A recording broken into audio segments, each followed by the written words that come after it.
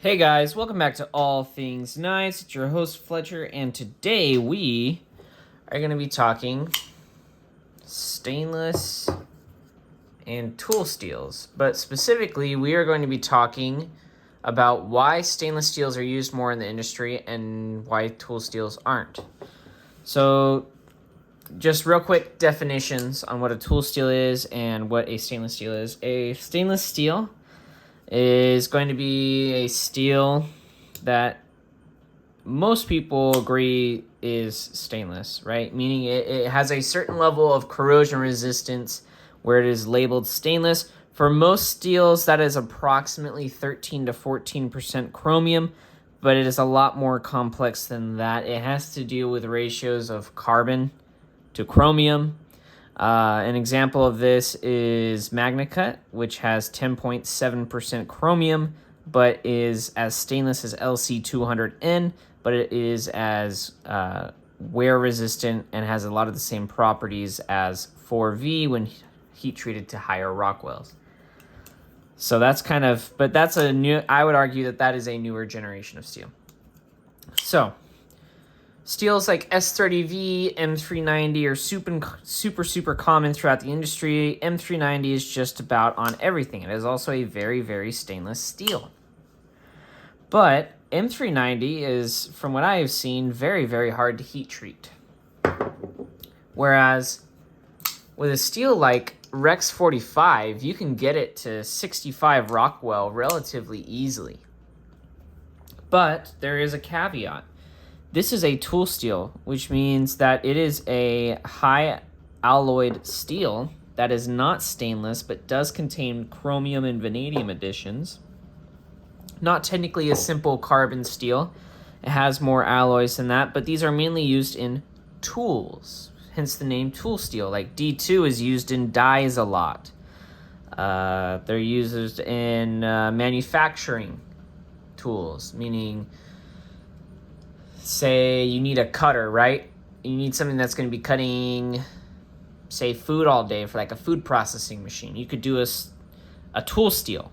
It'll rust, right? You probably want you're cutting plastics all day. How about that? You're cutting plastics all day and you need a high wear resistant, high edge stability steel that you can make your cutters out of. You could use a steel like Rex 45, M4, Crewware, 3V, all of those are tool steels. Those are CPM tool steels. 4V, right, depending on the application. So those are tool steels. Not quite stainless. They do contain chromium, but some corrosion resistance.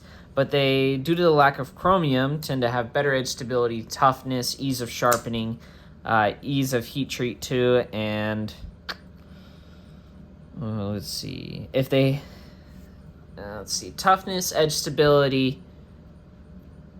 Machining, depending on the percent, carbide tends to be easier. So like Crewware, I think, is easier to machine than S30V. They've got, I think Crewware has a little less vanadium content, but they're both vanadium steels, right? So Crewware, actually excellent example of a tool steel, which is excellent for the industry and the user, that is only recently, I think, getting the popularity it deserves. And really what this video is why are, I would argue, poor performing stainless steels, right, like a poorly heat treated M390 or even just standard S30V, more popular than, say, a higher performing tool steel. And really, I think it does come down to the question of corrosion resistance. Most people, if you look at a map, are either by a river or by the coast. That's where most people live, or by rivers and by coasts, and those tend to be wetter environments. They're just wetter environments by nature. And in those instances, yes, a tool steel comes in a stainless steel comes in handy, but you do see a very much decrease, I would say, overall experience. All the steels that I really like are tool steels, to be honest. There's a couple stainless steels I like 154CM, S45VN. Let's see, is there anything else? Actually, Nitro V. I actually really like Nitro V. But that's a very simple stainless steel, and is kind of one that goes against the grain, I would say. Goes against the cut. And AEBL isn't like super stainless either, so.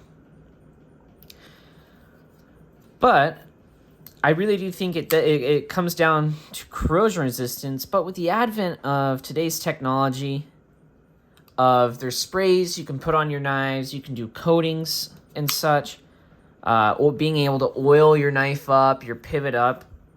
Why do these steels the stainless steels continue to be so popular?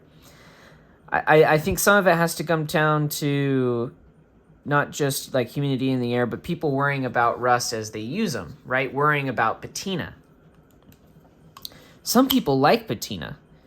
And I think another thing was warranties, like companies like Benchmade.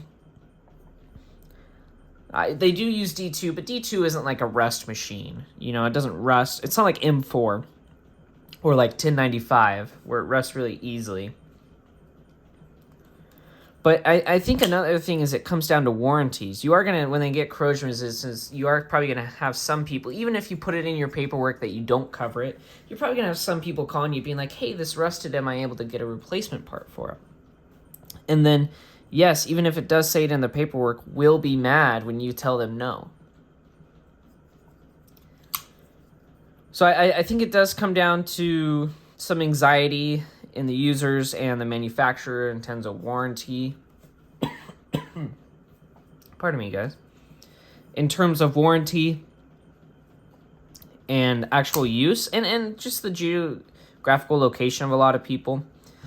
But I think crew wear would actually do very well in most of these environments because it's about the same corrosion resistance as D2. Yeah, people do have corrosion problems with D2. Get yourself some EDCI or some gun oil or mineral oil, and you can coat your blade. EDCI is really nice. You spray it on, wipe it off, and it's food safe. So, with technology like that, I do think that hopefully tool steels will become more common, and it looks like they will be, or because of technological advancements within the last year in terms of steel recipe, a steel like MagnaCut can kind of fill that void in terms of. Now, I don't think sharpening MagnaCut is going to, because it's still a high level of chromium, isn't going to match an experience like with Crewwear or 4V. But the end product in terms of toughness, edge retention, it would have to be a higher Rockwell to get you to Crewwear level. But, well, high hardness Crewwear level, because it can vary. But it still begs the question, for those that do like a carbon steel, why aren't they more common? Spyderco is really a pioneer in terms of new steels and tool steels. But I guess my main question is why haven't more companies adopted that business model? Because Spyderco has a very loyal fan base, and these exclusives always sell out.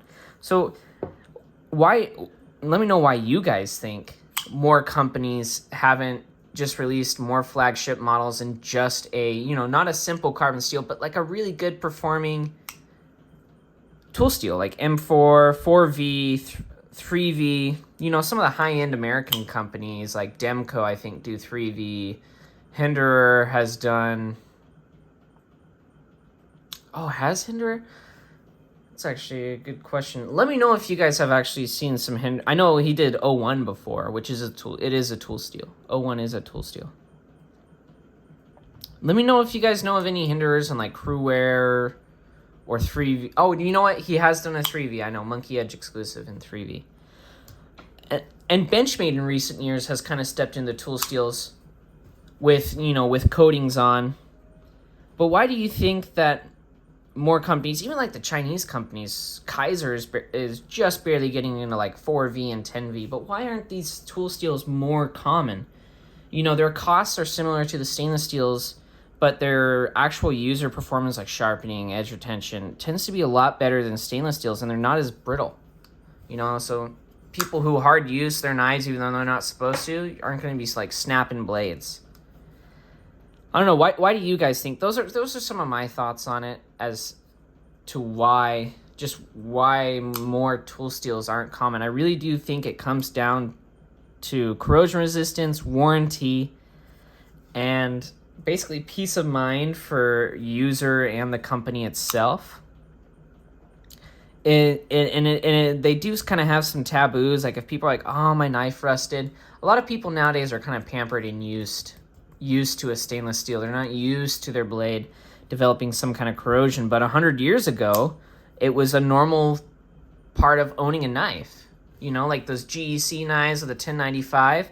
That's just normal. You know, and I guess here's another question for you guys. Why don't you think that more people are into the patina? Is it kind of a people like things to look new? Like me, I actually don't mind a little bit of patina. It adds character, you know. And let me know down below what kind of person are you are. Are you a person who likes a knife to look brand new and very clean, or are you like someone who likes some dings on your knife and adding some character to it? Let me know what you guys think on this topic. If you guys agree with me, or even if you disagree with me, let me know. Let's start a discussion about this. As always, thanks for watching, guys. Like, comment, share, subscribe. And as always, stay sharp.